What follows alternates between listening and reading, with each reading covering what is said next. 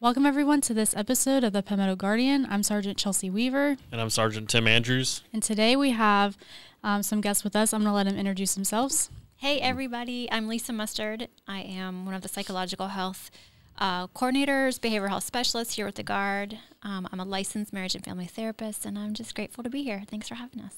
Me. And good morning, everybody. My name is Reese Palmer. I'm a licensed marriage and family therapist here in South Carolina as well. And thank you guys for having me on today. Appreciate it. Awesome. Well, we really appreciate you guys taking the time out of your day to come and talk to us. And we're excited to talk about what today's topic is. Yeah. So if you want to just jump right in. Okay. Well, I've talked to a lot of soldiers and families about all kinds of things. And a lot of the time I find myself referring outside of the Guard resources. And when it comes to marriage issues, marriage problems, family issues, I have a list of folks that I like to give people, and then they can choose as to which practitioner or agency or whoever they would like to go work with. And Reese is just one of those, on the list that I refer to. I put his name and his contact information on a sheet.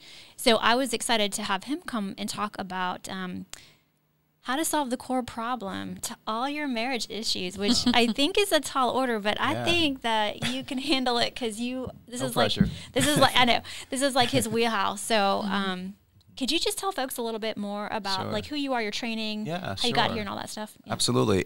So as I said before, I'm a licensed marriage and family therapist, going on 22 years now. Oh, wow. And so I do have a practice here with my wife here in South Carolina. And I have been working exclusively with couples probably the last several years, but over my career I've worked with children and adolescents, and I've done individual work and group work, and love working with families, obviously, because of my training.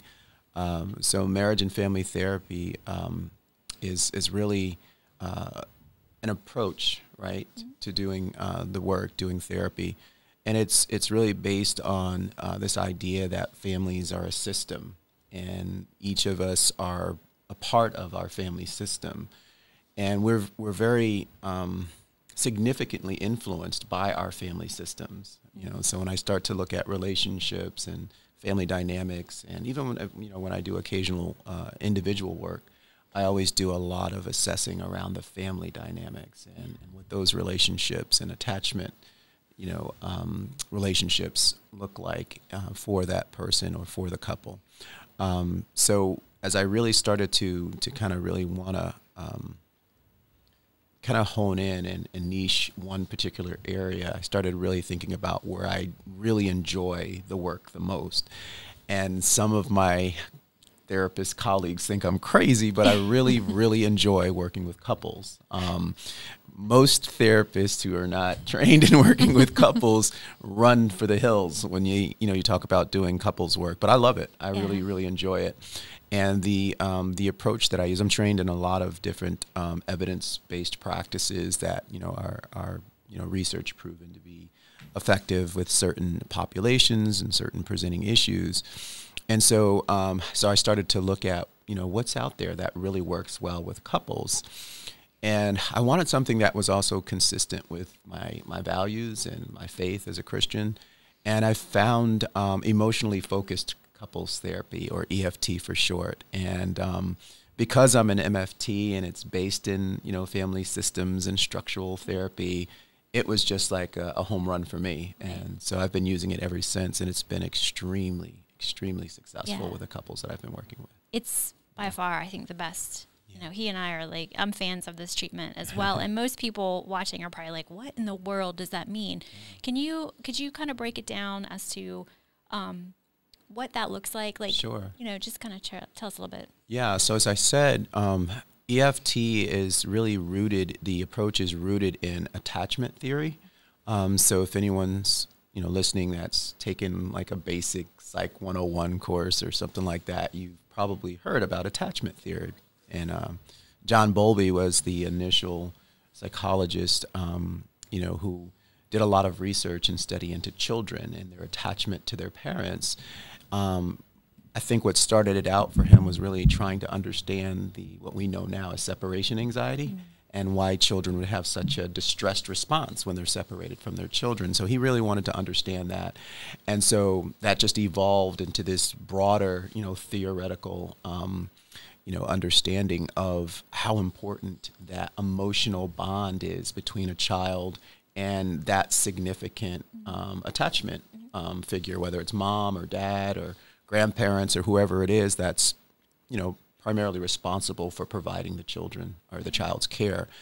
And so after really understanding that for a long time, how important that is to a child's development, emotionally and socially and even physically, and cognitively, that bond is so important, that attachment.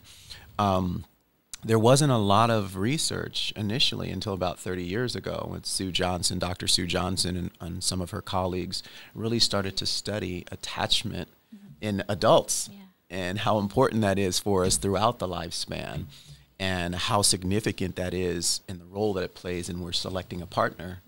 And so a lot of people think it's just sort of the superficial, physical things, but a lot of times we're attracted to a certain person due to an attachment style that we have, or some things from our childhood that that come out, and we select a partner really subconsciously a lot of times. So I found it fascinating, and so I continue to find that it's super effective with the couples that I work with. It really is effective, and it's phenomenal, like what can come out of it. So I'm so glad that.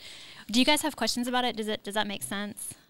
I think I've been listening to psychologists when they talk about subconscious and conscious and stuff like that, and it's something I never would have thought about until you watch human behavior and stuff like that, and things kind of click. You're like, okay, this makes more sense. But no, I just find it really interesting. Yeah, it really is fascinating. And I'm looking over here at Sergeant Weaver because she's a newlywed, so I'm like, what are you thinking? No wonder she's so quiet. I'm like, what are you thinking? Yeah. I mean, it makes sense, obviously, because your life, things that happened in the past kind of groom you into what you are as an adult, and whether it's good or bad behaviors that you want to stray away from or that are good behaviors or whatever. So I think it's very interesting. Especially for the relationship aspect, because before you said that, I would have never thought that subconsciously you're choosing your significant others based off of whatever things you dealt with or gone through in your childhood, which is crazy. You don't think about that. Absolutely. And I think that's why a lot of couples get stuck in their relationships. A lot of times it's they're not really aware of sort of these subconscious triggers and things that are going on. And so a lot of times they'll just kind of get stuck in these repetitive patterns, and they're, we call them negative cycles, and they just keep repeating them over and over again and having essentially the never-ending argument, right? It just keeps coming up, and they never really resolve it. And they just struggle, and it causes so much distress and hopelessness because they don't really understand what's happening, because a lot of it is happening at the subconscious level. Oh, yeah. And I can attest to my own marriage and my own life. When I met Billy, he's completely opposite than my dad, completely opposite. And and knowing what I know now, it all makes sense. And we don't have the arguments, or I don't get so emotionally reactive anymore because I understand my stuff and I understand my attachment issue with my dad so much better now. But in the beginning, I would get angry at him, but I wasn't angry at him. I was angry at my dad. So it definitely can play out. It would play out in our arguments. Absolutely. And it is pretty wild once you start to understand the negative. You call it negative cycle. And you start to take a look at it, and not just emotionally react all the time, but actually break it down with the help of a third party if you need it. It's so healing. It really, really is. So absolutely.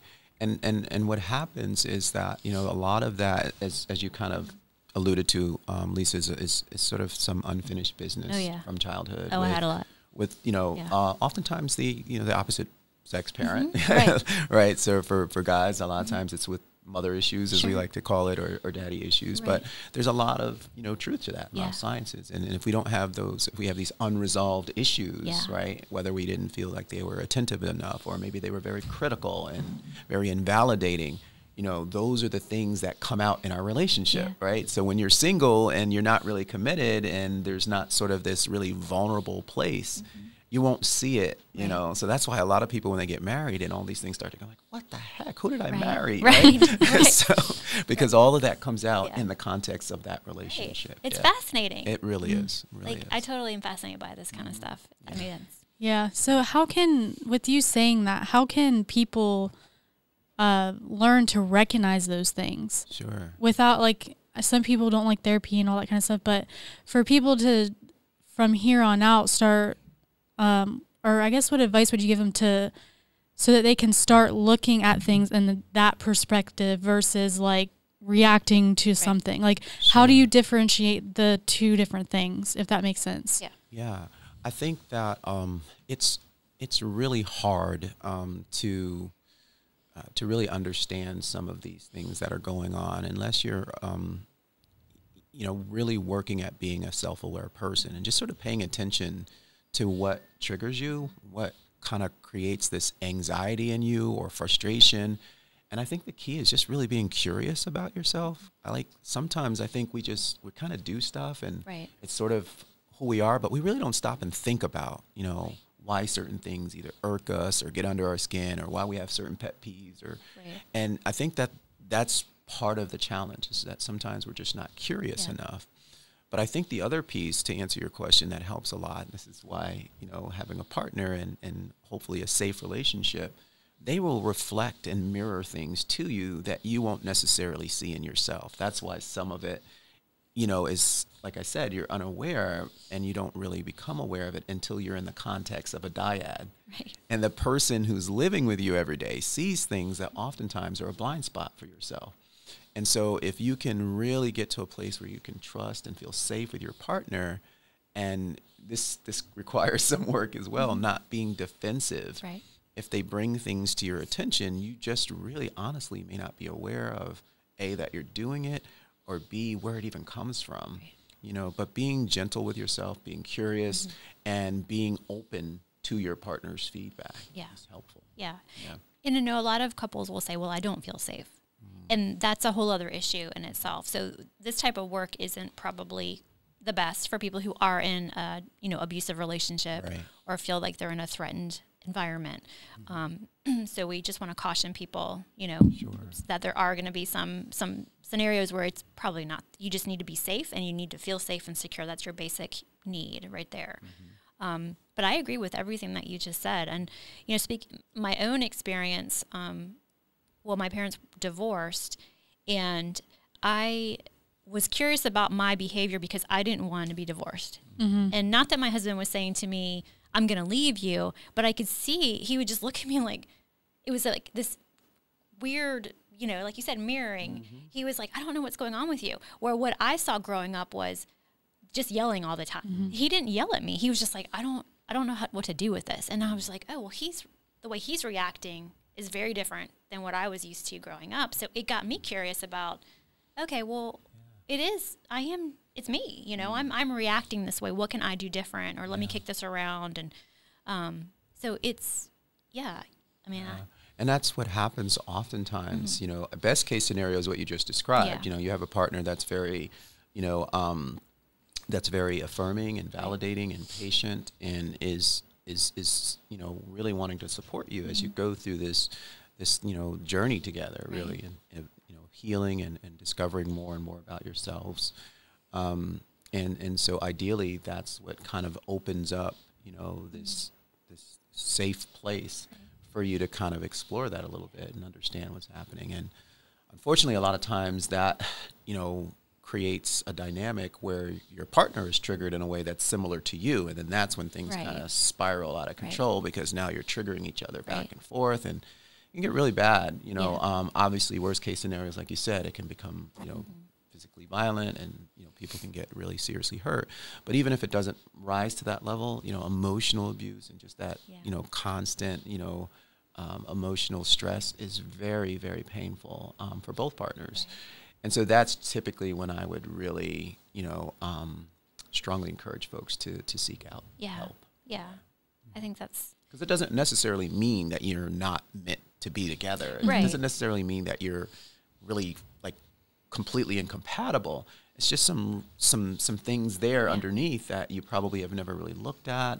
And if you can really get together and work on it, it's a super healing relationship. And then that just creates attachment again, a much deeper, stronger attachment once you can kind of heal through it together.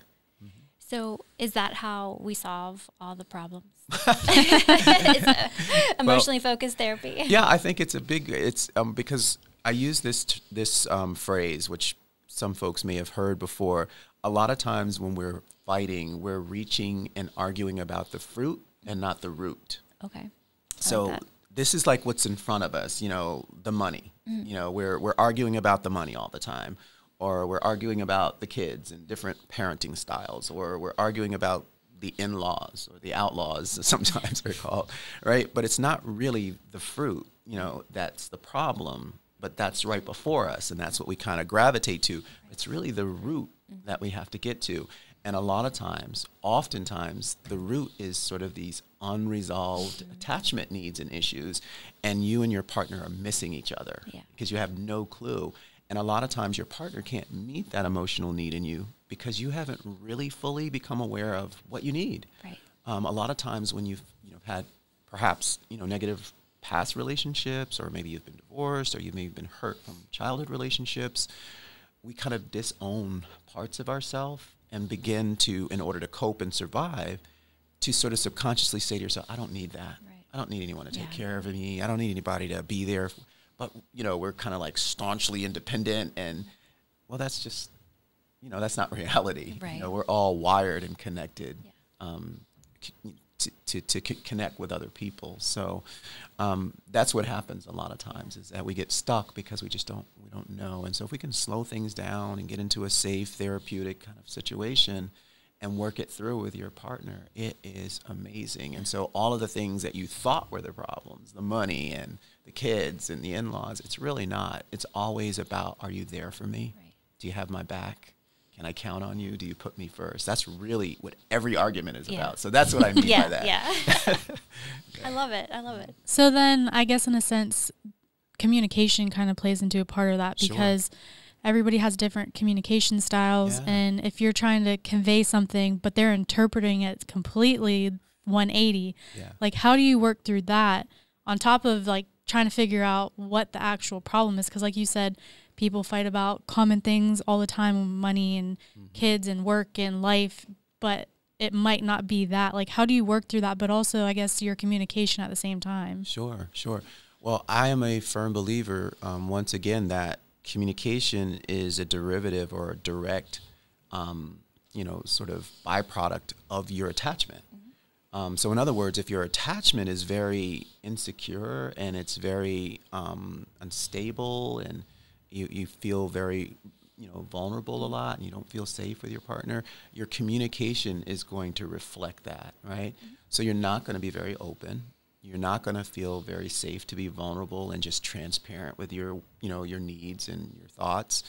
You're going to kind of be very like beat around the bush about stuff. You're not going to go directly to what you really need from your partner. Because maybe your history, when you were a child, you were somehow told your needs weren't important. Your feelings weren't important. So you grow up with that, and then you take it into adulthood. Absolutely. I just wanted to point that out. That's Perfect point. The magic of family therapy. Absolutely, yeah.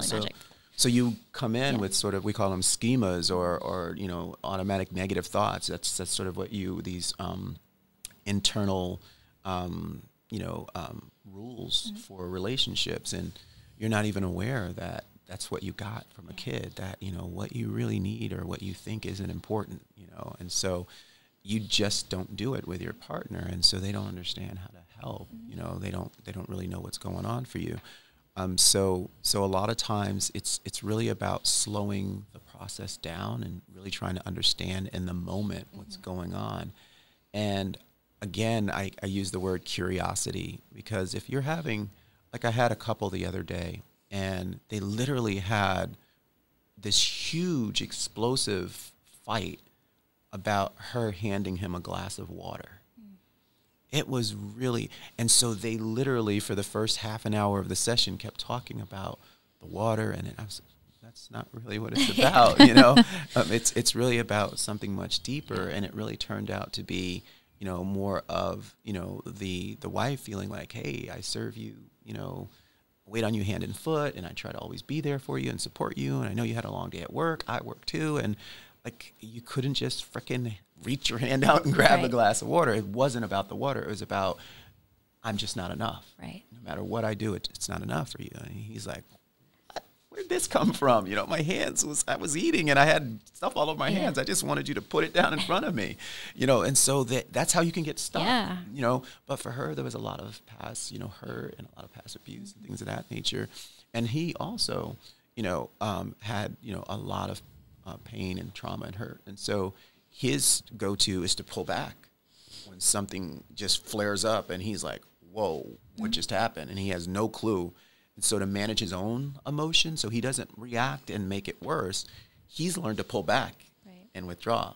And so we can talk a lot about the pursuer and the withdrawer and attachment styles, but that's how he's learned to try to stay safe in a relationship. And so we just had to really work through and slow down. And once they were able to accept that it wasn't about the water, you know, it's not about that. It's about what was going on. That attachment need was for you to just communicate that I really care about you. Thank you. You're nurturing. You're taking care of me. I'm enough was the message that she needed, right? And who doesn't? We all have that very basic need. So I hope that answered the question. You know, I could talk about it forever. But that was just an example. So what are the ways or things that you can do to let those things go? Yeah. Like so that you can move forward and those things won't trigger you. Sure. At some point, hopefully, they don't trigger you anymore. Yeah. I think one of the things is, first of all, just give yourself grace. And you know, I know we all know this, right? That we're not perfect. But a lot of times, depending on how, you know, we were raised, we had to be perfect, right? We had to always be just so, or there was perhaps some negative consequences for that. You know, I'm not necessarily talking about physical abuse, but, you know, maybe neglect or, you know, rejection or just very invalidating kind of environment. There's lots of reasons why, you know, we kind of don't always feel comfortable within our own skin. So I think just being curious and giving yourself, you know, grace and being gentle with yourself and understanding that, once again, Psychology 101, all behavior has a meaning, a reason. It's usually functional in some way, right? However, sometimes some of the things that you used in other environments and other relationships may have served you well, and your relationship with your partner may actually not serve you well and create problems. So I think the first thing is just really being, you know, gentle with yourself, being curious. And when you find yourself just really keep getting stuck, get help. There's no shame in saying, hey, I really want to work through this. This is something that, you know, either my spouse keeps bringing up or something I kind of am aware of myself, and I don't know why I do this, but I'm curious about it. Can you help? So, I agree. What do you think? I think, you know, now that I've been married 15 years, and I know you've been married. For 13 years. 13 years. Yeah. It's like in the beginning it was so intense and it was so like in your face. But now we both love each other, we both respect each other, and we want the best for each other. So we work through it. And so when you have that safe attachment with your spouse, you can do anything, you know. So if you find that, I say this because if it, like Reese was saying, get some counseling. You know, this isn't so much like if it's causing you to feel anxious, to feel worried, not good enough, depressed, all of those things, and it's getting in the way of daily life, then get some help. Sure. You know, that's what, and that is it's such a cool thing to do for yourself, is to be curious about yourself and want to learn about yourself. And I just think it's such a neat process that everyone can benefit from it, you know. So I don't have any other answer about the communication or the letting go except be curious about yourself. And just... Yeah, and when you start to do the work and you understand a lot of where it comes from and you're able to process it, we use that term a lot and process it and really allow yourself to sit with those experiences, because a lot of times we block a lot of that out. Because it doesn't feel good. Yes, and we move away from it. But if you can start to really allow yourself to think about those childhood things or past relationships and really process it with a good clinician, then you can let it go. Yeah. But it's hard to do so until you actually are able.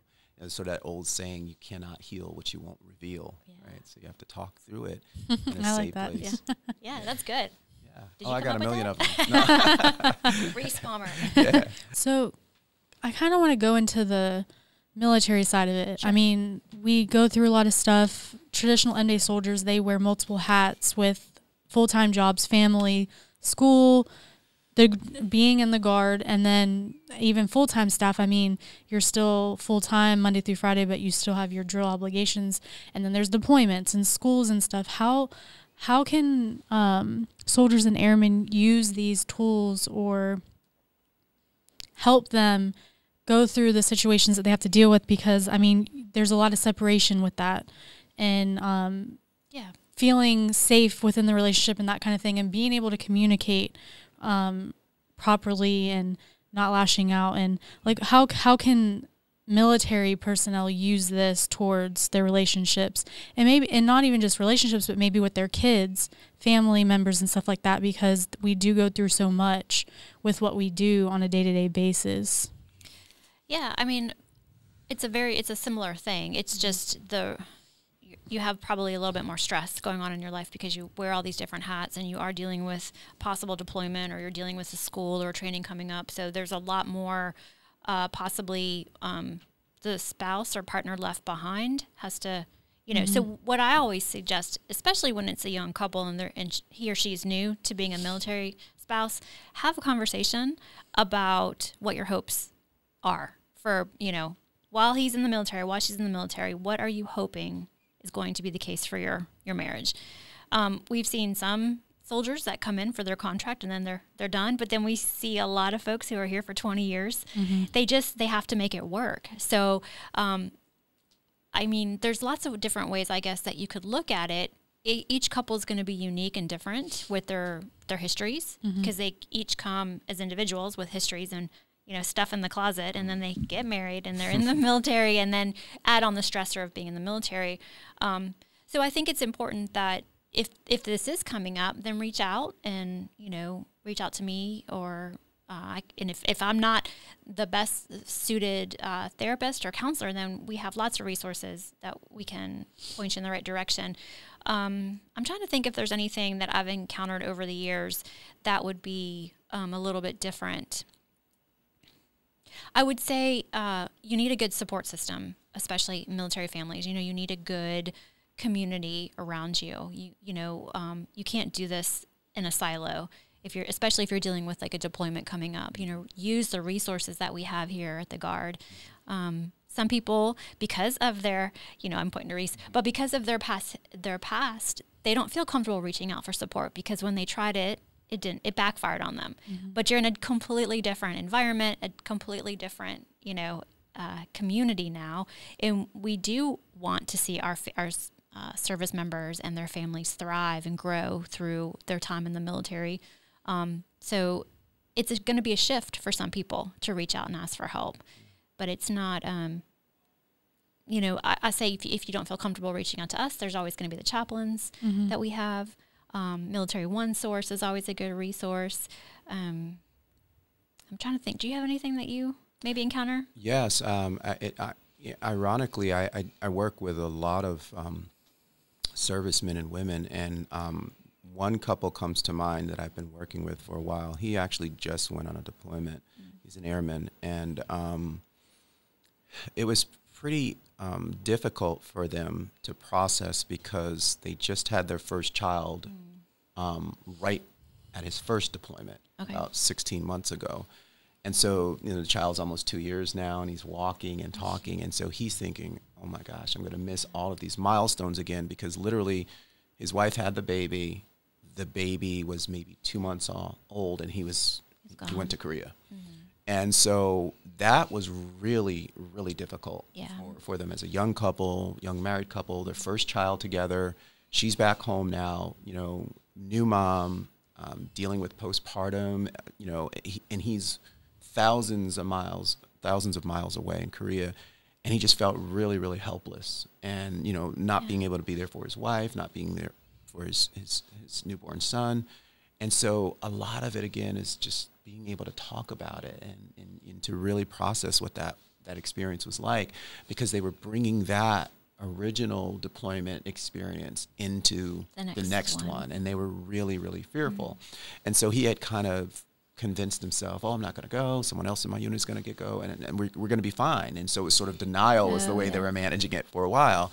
But then it became very clear that he was going to go. And so we talked about it. We dealt with it, And so I actually helped them to talk about the first deployment and what that was like for him, in like really vivid detail. Like, let's put it out there. Let's, it's kind of like exposure therapy, right? We just really take the bite and the sting out of it. What's your worst fear, and walk through it.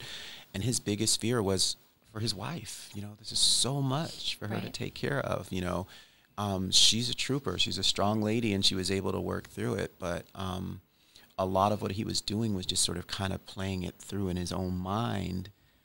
I'm trying to kind of deal with, the reality of he's going, but he wasn't speaking to his wife about it.